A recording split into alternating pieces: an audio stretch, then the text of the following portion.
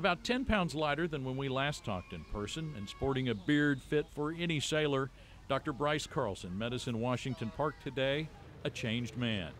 In some subtle ways, at least, maybe some profound ways that I'll discover later, I'm changed from this experience. And so the person my students will have, the teacher my students will have in the classroom, is a little bit changed from this experience. Well, good luck there. Thank you. His experience is his and his alone. Bryce Carlson rode about 2,000 miles from Newfoundland, Canada to the British Isles of Scilly in 38 days, 6 hours, and 49 minutes. He beat the previous record by more than 2 weeks. It almost ended 3 days in. His boat, Lucille, capsized. Carlson left an air vent open and his cabin filled with water. Some of his electronics were fried. Years of planning and training were nearly undone by 15-foot seas.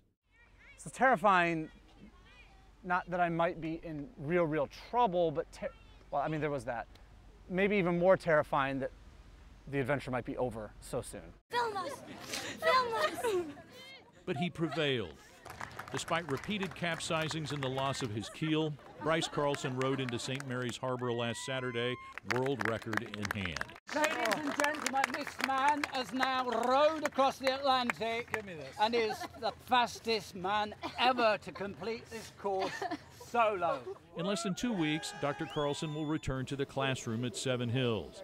His boss says he will serve as a role model to students. I think he's an example of the value of dreaming big, but then of putting in all of the work and the planning and the effort that it takes to realize a big dream. Bryce Carlson says he will not use his classroom as a podium to talk about himself. He says he will find time to reflect, will devote as much time as possible to family and friends. The reflection process has already begun. I'm proud that I had the courage to try something novel. And to put it all together and to go do it. Now, this is the first time in my life I think I can say I've done something no one else has ever done. And made it home in time for school to start. In Washington Park, Joe Webb, Local 12 News.